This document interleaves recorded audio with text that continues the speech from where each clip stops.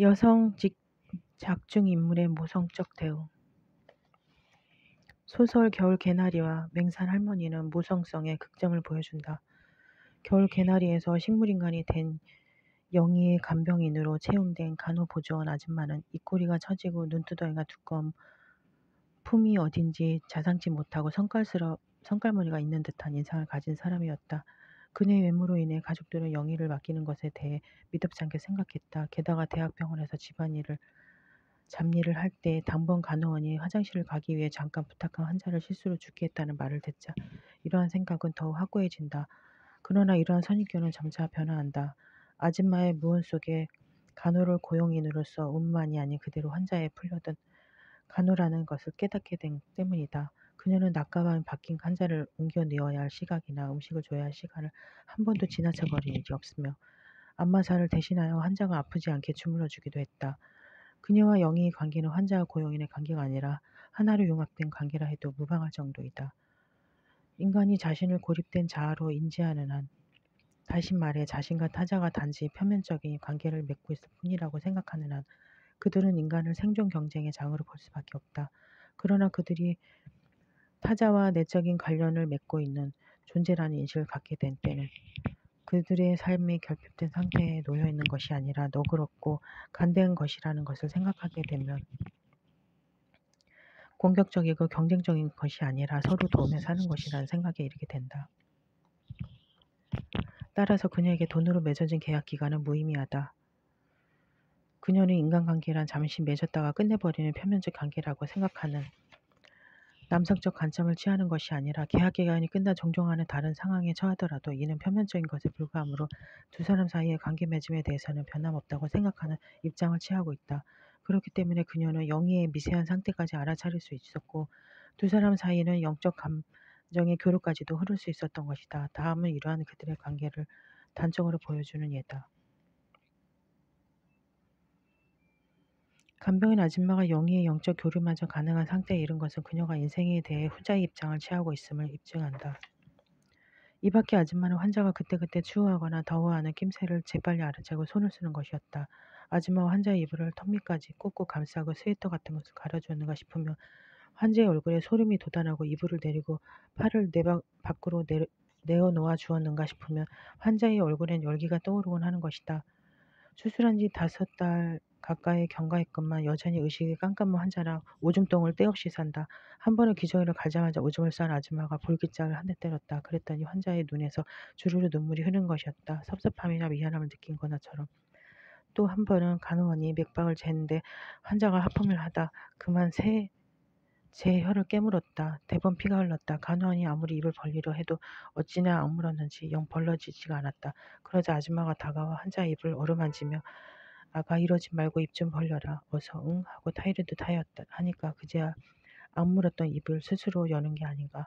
간호보조원 아줌마의 영희에 대한 사랑은 피를 나는 가족을 능가한다.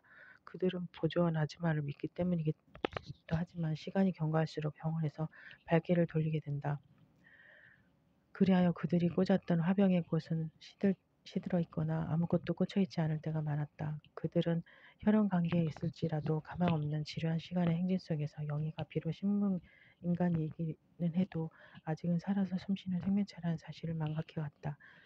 영희는 어느새 그들에게 타자의 위치로 전락해 있었고 그들은 타자를 돌아보기보다는 자신의 일에 더 분주하게 되었던 것이다. 가족들과는 대조적으로 간호보조원 아줌마는 본래 동그랗던 윤곽마저 날이 갈수록 흉하게 바뀌어갔다. 그녀는 자신과는 달리 영희의 얼굴을 더욱더 뽀얗게 피어나도록 했으며 악성이면 힘들다면 6개월이 아닌 10개월 이상을 넘기도록 했다. 이러한 그녀의 사랑으로 인해 작중 인물 상처는 영희가 죽을 것 같던 날 죽지 않았던 까닭이 아줌마의 흐느낌을 들었기 때문이라는 생각마저 드는 것이다. 아줌마와 영희가 동체 관계였다는 사실은 상철의 친구 닥터 윤의 말에서도 드러난다. 그 방은 병실이 아니 두 사람의 살림방이었지. 하여간 최근에 간호부 의사 할 것 없이 신발을 벗고야 그 방에 드나들었으니까 어디 친부모 자식간이라고 그럴 수가 있겠어. 글쎄 감기 같은 것도 어느 한쪽이 걸리면 을에 다른 쪽도 걸리고 했으니 말이야. 두 사람은 우리가 헤아릴 수 없는 데까지 서로 통하고 있었어. 환자가 언제 죽으리라는 것도 다 알고 있었을걸. 결국 알고도 안 알린 거라고 봐야 할 거야. 영희는 간호보조원 아줌마에게 분신과도 같은 존재였으므로 영희의 죽음은 그녀에게도 마감의 의미를 지닌다. 그녀의 간호보조원 사직은 이를 말해준다. 그녀는 영희의 장례 때도 오지 않는데 이것은 영희와 그녀의 관계가 형식적 차원이 아닌 깊은 내면의 관계였다는 사실을 의미하는 것이라 하겠다. 겨울 개나리에 나타난 절대적 모속 이미지는 맹산 할머니에도 유사하게 구현되어 있다. 맹산 할머니는 70도 훨씬 넘었을 듯한데 그 입을 언제나 다물고 말이 없는 인물이다. 이러한 묵묵한 모습은 일부러 그러고자 해서가 아닌 따라서 높아 자신도 모르게 발산하는 일종의 채취와도 같은 것이다. 이것은 그녀가 무의적 세계를 생리적으로 지향하는 인물임을 보여준다.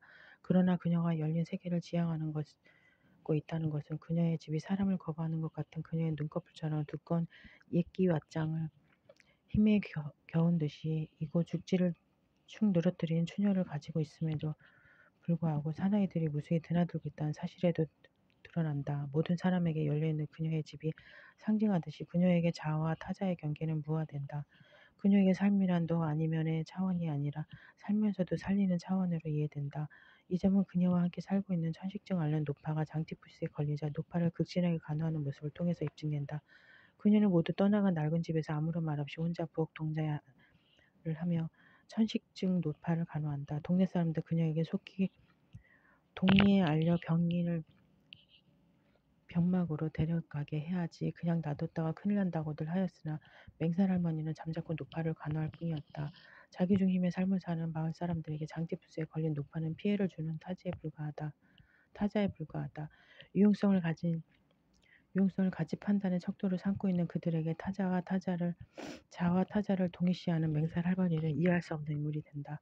천식증 노인은 열에 떠 정신이 없다가도 노파가 미음을 떠 넣어주면 싫다는 듯이 눈을 떠보다가도 그것이 노파인 줄을 알고는 순순히 받아먹는다는 것이었다. 한두 주일 지났다 천식증 노인이 살아났다는 소문이 났다. 이제는 죽 같은 것도 먹게끔 됐다는 것이다. 맹산 할머니가 풋밥 말을 짓씹어 어린애처럼 천식증 노인의 입에 넣어주기도 한다고 했다.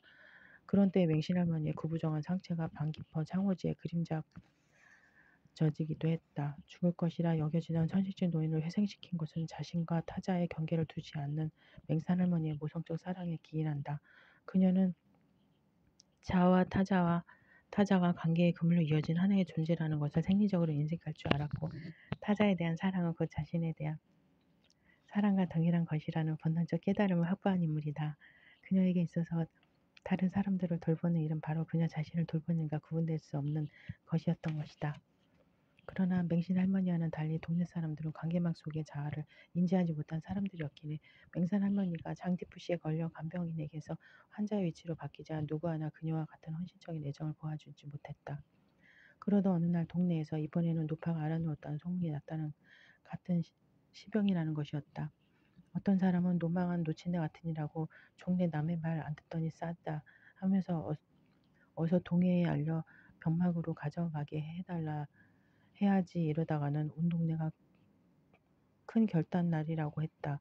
사실 서리가 몹시 내리던 날 노파는 열에 뜬 눈을 감은 채 죽어 사람처럼 신음소리 하나 없이 다루는 사람이 하나 하는 대로 마구 리어카에 실려 병막으로 갔다.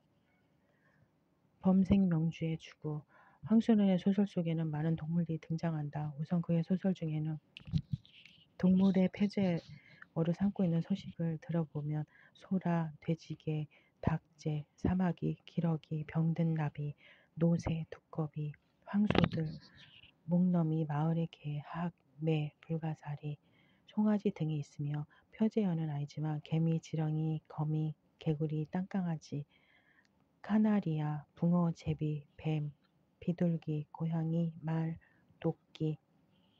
토끼, 여우, 곰, 호랑이, 지네, 방앗개비, 메뚜기, 벌, 살쾡이, 갈매기, 꿩, 노루, 솔개, 이리, 원숭이, 담나기, 북바리, 다금바리, 잉어, 개, 장어, 고릴라, 사자, 고요새 등 헤아리기 어려울 정도의 많은 동물들이 등장하여 단순한 소품에서부터 주제로 형상하는 것들까지 다양한 역할을 하고 있음을 볼 수 있다. 소설 속에 수많은 동물이 등장하는 것은 동물에 대한 각자의 관심이 크다는 의미이다. 알레고리 수법을 통해 동물들이 인간을 대신하고 있다는 점 또한 인간과 동물을 유기적 관점으로 파악하고 있다는 뜻이다. 이렇듯 짐승 세계로까지 열려있는 작가 황순원의 생명 존중 태도에는 모든 생명체가 상호 우존적인 평등 관계에 있다는 인식이 담겨 있다. 비인간 세계를 주연부가 아니라 자신과 동등한 중심에 놓을 때 다른 생명체들도 자신만큼이나 존중받아야 할 존재가 되는 것이다. 화해의 물고트기. 황순원의 생명 존중 태도를 잘 보여주는 소설이 목노미 마을의 개이다. 이 소설의 서두에 소개된 목노미 마을은 여러 면에서 상징적 의미를 지닌다. 어디를 가려도 목이 넘어야 했다. 남쪽만은 꽤 길게 굽이든 골짜기를 이루고 있었지만 결국 동서남북 모두 산으로 둘러싸여 어디를 가려도 산목을 넘어야만 했다. 그래 이름지어 목노미 마을이라 불렀다. 이 목노미 마을에 한 시절 이른 봄으로부터 늦가을까지 적잖은 서북간도 이삭군이 들러 지나갔다. 남쪽 산목을 너머로 이들 사기꾼들은 이 마을에 들어서는 의뢰 서쪽 산미 오막사리 앞에 있는 우물가에서 피곤한 다리를 쉬어가는 것이었다. 이들은 우물가에 이르자 누수버들 그늘 아래서 먼저 목을 죽였다. 쭉 한 차례 돌아가며 마시고는 다시 또 한 차례 마시는 것이었는데 보채는 애에 아직 젖도 떨어지지 않은 어린 것들에게도 물을 먹이는 것이었다. 나지도 않는 젖을 울리는 이보다 이것이 나을 성식품 모양이었다. 다음에는 부릅고 단 발바닥에 냉수를 끼얹었다. 이것도 몇 차례나 돌아가며 끼얹는 것이었다. 어른들이 다 끝난 다음에도 애들은 제 손으로 우물물을 길어 얼마든지 발에다 끼얹곤 했다. 그러나 떠날 때에는 여전히 다리를 쫄르기며 북녘 산목을 넘어 사라지는 것이었다. 어디를 가려도 반드시 거쳐야 하는 곳으로서 피곤한 다리를 쉬어가기도 하고 목을 축이며 부릅고 단 발바닥에 냉수를 끼얹어 새 힘을 주기도 하는 목노의 마을은 열린 마음을 표상한다.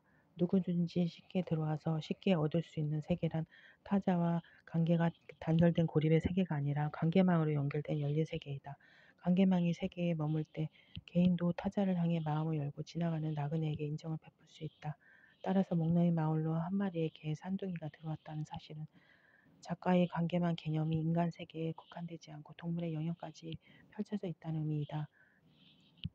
신둥이는 목노미 마을에 자연스레 적응해 나간다. 방앗간에서 언제 방아를 찧어 보았는지 모르게 겨 안이 뽀얀 먼지만이 앉은 품구 밑을 혓바닥으로 핥기도 하고 도락물을 먹기도 한다.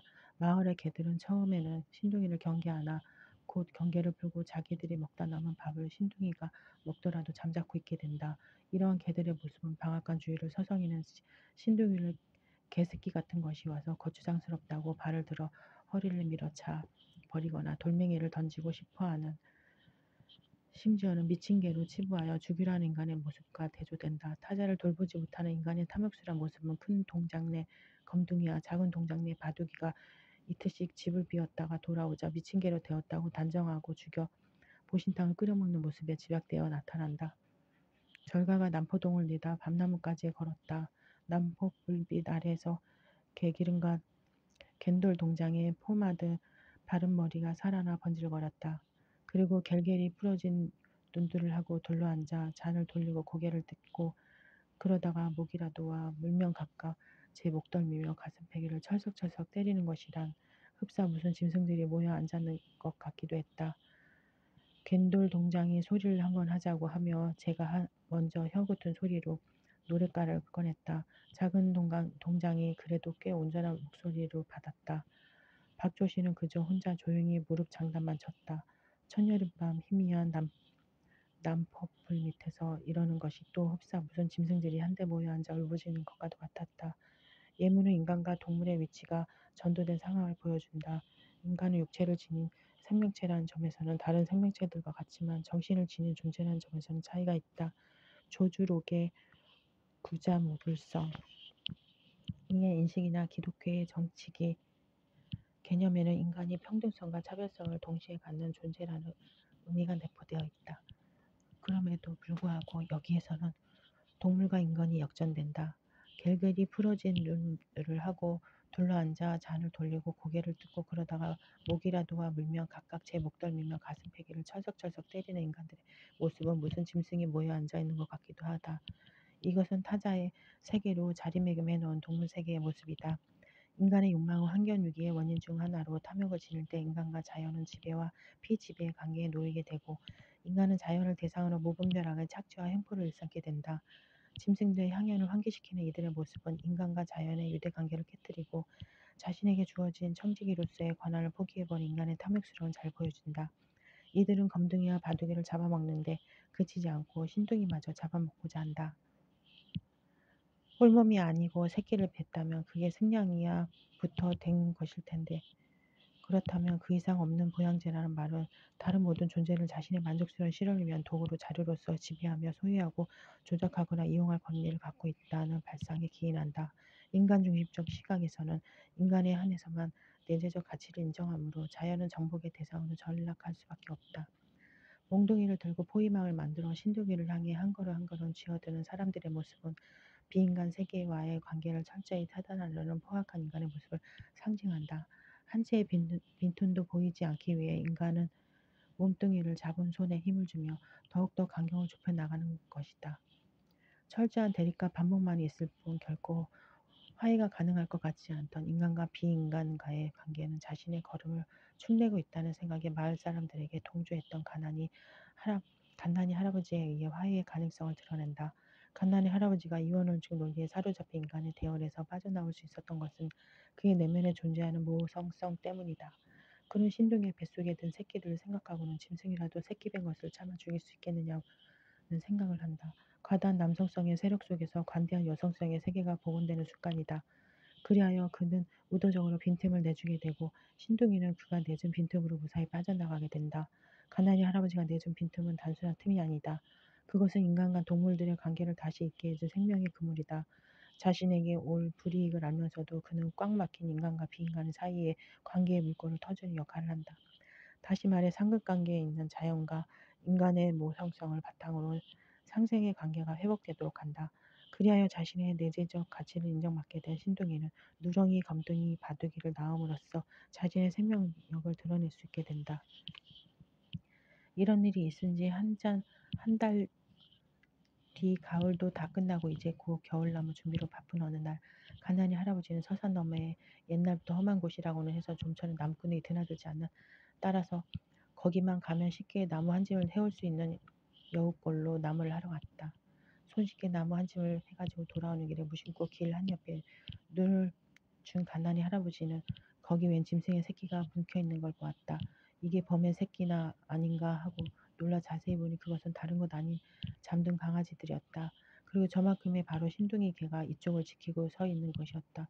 앙상하니 뼈만 남아가지고 간단히 할아버지가 강아지 개로 가까이 갔다. 5마리가 되는 강아지는 벌써 한 20알은 넉넉히 됐을 성쉽다. 그러자 간단히 할아버지는 다시 한번 속으로 놀라고 말았다. 잠에 들어있는 5마리 강아지들 속에는 틀림없는 누렁이가, 검둥이가, 바둑이가 섞여 있는 게 아닌가. 그러나 다음 순간 이건 놀랄 일이 아니라 응당 그럴 일이라고 그 일견 험상궂어 배는 반백의 텁석부리 속에 저절로 미소가 지어지는 것이었다. 좀 만에 그곳을 떠나는 간단히 할아버지는 오늘 예서 본 일은 아무한테나 집안 사람한테도 이야기 말리라 마음먹었다. 간난이 할아버지가 지닌 모성성은 신둥이가 지닌 모성성과 다를 바 없다. 앙상이 뼈만 남은 채 새끼를 지키고 서 있는 신둥이와 험상궂어 배는 반백의 텁석부리 속에 저절로 지어지는 미소를 짓는 간난이 할아버지 사이에는 인간과 동물이란 종적 차이를 넘어서는 교감이 흐르고 있다. 이들 속에서 인간과 동물, 마음과 육체, 정신과 물질이라는 이분법적 경계는 해체되어 버린다. 이것은 앞에서 고찰한 목넘이 마을의 배경적 특성과 합치된다. 가난이 할아버지가 내준 빈틈에 의해 자연과 인간의 경계와 와해된 모습은 오가는 나그네에게 힘을 주는 목넘이 마을의 열린 세계와 동일한 맥락이 있다. 가난이 할아버지는 지금 자기네 집에 기르는 개가 그 신둥이의 증손녀라는 말과 원체 종자가 좋아서 지금 목넘이 마을에서 기르는 개랑 개는 거의 다 신둥이의 증손이 아니면 고손이라고 했다. 크고 작은 동장 내 두 집에서까지 요새 자기네 개가 낳은 신둥이기에 고손자를 얻어갔다는 말도 했다. 이런 말을 하는 간난이 할아버지는 이제는 아주 흰서리빨이 된 텁석부리 속에서 미소를 띄우는 것이었다.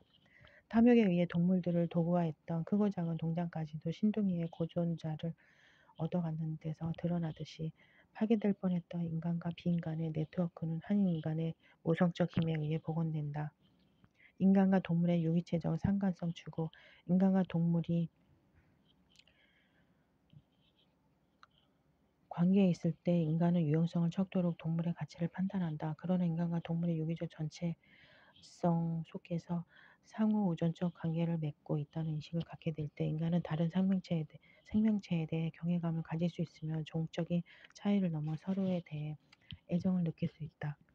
소설 아내의 눈길에서는 이러한 생각이 잘 드러나 있다. 소설의 화자는 가뭄으로 대대로 먹지 못하고 더위까지 먹은 돼지가 새끼를 사살하게 되자 이들을 밖으로 내어버리려 한다. 그러나 간신히 목숨이 붙어있는 새끼 돼지를 발견하고는 새끼 돼지의 처리 문제를 놓고 고민하게 된다. 타산적으로만 생각한다면 금방이라도 죽어버릴 것 같은 새끼 돼지의 생명은 무시됨직하다. 새끼 돼지에게 어미의 젖을 물리면 어미 돼지는 의 다음 발전기는 늦춰질 것이고 또 새끼 돼지가 살아난다 해도 정상적인 돼지 구실을 할지 알 수 없다. 작중인물 형구는 영리와 생명의 가치 사이에서 갈등한다. 그러나 고민하는 그를 보고 하여튼 아직은 죽지 않은 걸요 라며 한편으로 바라보는 아내의 눈길은 형구에게 생명체가 모두 다 소중하다는 인식을 환기시킨다. 저절로 죽어주기를 바라면서도 방에 들여다 마른 걸레를 닦아주고 어미의 젖을 물리는 형구의 행위는 생명체의 소중함에 대한 인식이 인간의 이익에 선행하는 무의식 깊숙이 뿌리내린 본능 차원의 것임을 보여준다. 훌껏 잠이 들었는가 싶었는데 무슨 소리에 깨고 말았다. 닭 울음소리였다. 닭 울음소리는 처음에 한두 마리에 그 뒤에를 이어 두세 마리에 그리고 여러 마리의 울음소리가 멀고 가까운 데서 합쳐져 들려오는 것이었다. 시골 나와 밤중에 닭 우는 소리를 듣는 건 아니나 이처럼 무성하게 느껴져 오는 닭 울음소리는 처음이었다. 지금 그 닭 울음소리가 메마르고 두터운 어둠 속에 무수한 구멍을 뚫어 놓은 것만 같았다. 무의식에 잠재해 있는 생명의 소중함에 있는 인식이 작중 인물의 의식세계를 부상하여 그를 동요케 하는 모습이다. 잠들어 있던 의식을 깨워주는 매개체는 닭 울음소리이다. 어둠 속에 생명의 울림을 전하여 잠든 생명체들의 의식을 깨우는 닭 울음소리는 작중 인물의 내면에 잠자고 있던 생명체의 소중함에 대한 인식을 깨운다. 나의 이익보다 선행되어야 할 모든 생명체에 대한 경외심, 그의 의식에서 피어오르는 닭 울음소리는 비록 쓸모없어 보이는 존재라 해도 생명을 지녔다는 사실만으로도 존중받아야 한다는 것을 말해준다. 그런데 개짝 쪽에서 또 움직이는 소리가 들려왔다. 약하긴 하나 좀 전보다 더 똑똑했다. 그리고 한 자리에 머물러 있지 않고 이동하고 있는 것이다. 그러다 좀 아까 닭 울음소리가 메마른 어둠 속에 뚫어놓은 무수한 구멍 같은 것이 형구의 가슴에도 무수히 뚫리는 듯함을 느꼈다. 괴짝 쪽에서 들려오는 새끼 돼지의 희미하지만 살아있음의 징표들은 닭 울음소리가 되어 형구의 가슴에 무수한 구멍을 남긴다. 그의 가슴에 만들어진 닭 울음소리는 무의식 깊이 내재한 생명의 외경에 기인한다. 이 소리에 귀를 기울일 때 인간과 타 생명체는 비로소 하나의 유기적 세계에 이른다. 목놈이 마을에도 드러나 있지만 동물은 때로 인간에게 부끄러움을 주는 존재가 된다. 이것을 보여주는 소설이 부끄러움이다. 작가의 피난 시절 이야기로 보이는 이 소설은 곰사냥 이야기에 초점이 맞춰져 있다. 새끼 곰돌이에게 가재를 먹이려 어미 곰은 종종 내려온다. 사냥꾼이 이 길을 미리 알아두고 숨어 있다가 어미 곰이 내려와 가재가 많이 들어있음직한 바위를 번쩍 앞발로 들어 올렸을 때 일부러 다른 방향으로 총을 쏜다는 것이다. 그러면 총소리에 놀란 어미 곰이 들어 올렸던 돌을 놓아버리고 총소리가 난 곳을 찾아가는 사이에 가재를 먹던 새끼 곰들은 바위에 깔려 죽고 만다. 어미곰이 다시 새끼 곰 있는 쪽으로 돌아 거기에 죽어있는 자기 새끼들을 발견했을 때 어미곰의 슬픔은 극에 달하게 된다. 그는 이상한 울음을 울며 그 주위를 맴돌다가 다시 자기 새끼들이 움직이기를 기다리는데 그들을 들여다보기를 여러 번 한다. 그러다가는 드디어 자식 놈들을 하나하나 집어내 활개를 찢어버린 후 그곳을 떠난다는 것이다. 새끼들을 들여다보는 안타까움을 더 이상 견딜 수 없었던 까닭이다. 새끼에 대한 어미곰의 사랑은 화자의 가슴을 울리며 그의 첫 딸에 얽힌 부끄러운 과거를 떠올리게 한다. 그의 첫 딸은 워낙 병약한 아이였다. 작은 소리에도 깜짝깜짝 놀라 울며 밤이나 낮이나 긴 잠을 자지 못했다. 햇볕도 좋아하지 않았다. 이런 아이가 10달 정도 지나자 홍역에 걸리게 된다. 화자 부부는 그 아이의 병을 낫게 해주기 위해 가진 수고를 아끼지 않는다. 심지어 화자의 아내는 죽어가는 아이가 있는 힘을 다해 피가 날 정도로 젖꼭지를 물어대어도 아이를 위해 그 고통을 참는다. 그렇게 자식에 대한 애정이 깊었던 그들이지만 그들은 자식이 죽어 얼굴이 흑빛으로 변하게 되자 순식간에 돌변한다. 좀 전까지도 자신들의 일부러 느꼈던 자식이건만 바로 그 아이의 얼굴에서 무서움을 느끼고 그 아이와 한 방에 있는 것조차 싫어하게 된다. 날이 밝자 아이를 가마니에 싸가지고 나가는 것을 보면서 그들은 아이를 생각나게 할 만한 모든 물건도 다 싸가지고 나가게 했다. 죽음 앞에서도 처절할 정도로 새끼에 대한 사랑을 보여주는 곰과 달리 죽음 아이보다는 자신을 더 생각하는 인간의 모습을 통해 인간의 자식 사랑이 동물의 그것보다 못하다는 것을 보여준다.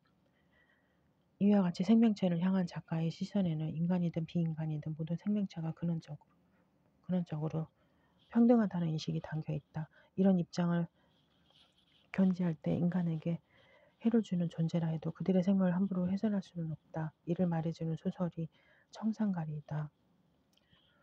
20이틀 되는 날부터까지 시작했다. 삐약삐약. 약 하나 사람의 가슴을 행복 그것처럼 간지럼하지 않는 속삭임. 조그만 대강이를 밖으로 내밀었다가 무엇에 놀란 듯이 도로 숨어버리고는 귀여운 동작. 절로 손이 어미다 품속으로 가진다. 아직 몸이 마르지 않은 너무 고놈대로 애처롭고 사랑스러운 것이나 아주 몸이 마른 뒤에 손에 만져지고 그 부드럽고 따스한 촉감 밑에 만져진 생명의 고동이란 자주 손을 대서는 안 된다는 걸 알면서도 자꾸 손이 어미다 품속으로 가진다. 나는 한 마리를 꺼내어 차례로 한 번씩 만져보게 하고는 일정 병아리에 손을 못 대게 했다. 공연히 꺼내가지고 그러다가 어미닭이 깔 알도 채 안까기라도 안까지도 내버려두면 어떡하느냐. 그러면서도 나 자신은 달걀 껍데기를 꺼내는 척 필요 이상으로 어미닭 품속으로 손을 넣곤 했다. 병아리에 대한 화자의 섬세한 사랑은 어머니의 자식 사랑과 같다. 그것은 타산적이 아니라 본능적이며 생리적인 것이다. 여기에서 인간 동물의 경계는 불필요하며 보드랍고 따스한 촉감 밑에 느껴지는 발랄한 생명의 고통만으로 그것은 소중한 가치가 있다.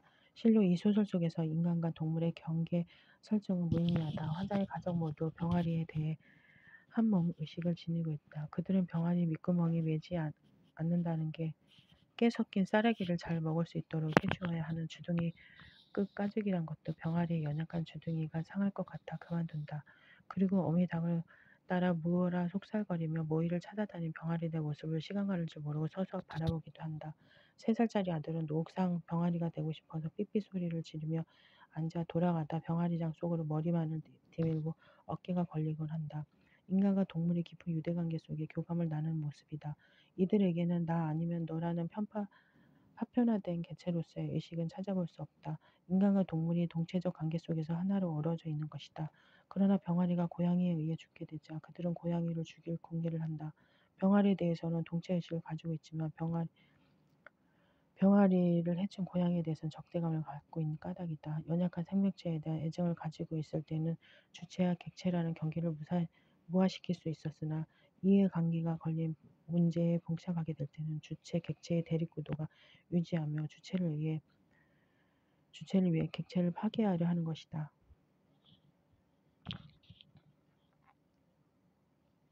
벼랑간 끔찍한 어려운 일로 생각하며 실행에 옮기지 못한 병아리는 미약한 생명체에 대해 한몸 의식을 느꼈던 화자에게 고양이 또한 비록 해를 주기는 하지만 생명을 지닌 소중한 존재로 느껴지기 때문이다. 고양이를 죽이지 않으면서도 병아리를 지키기 위해 안간힘을 쓰는 모습에는 영리보다는 생명에 대한 경애를 더 소중히 생각한 생명중심적 평등성의 추구가 담겨져 있다.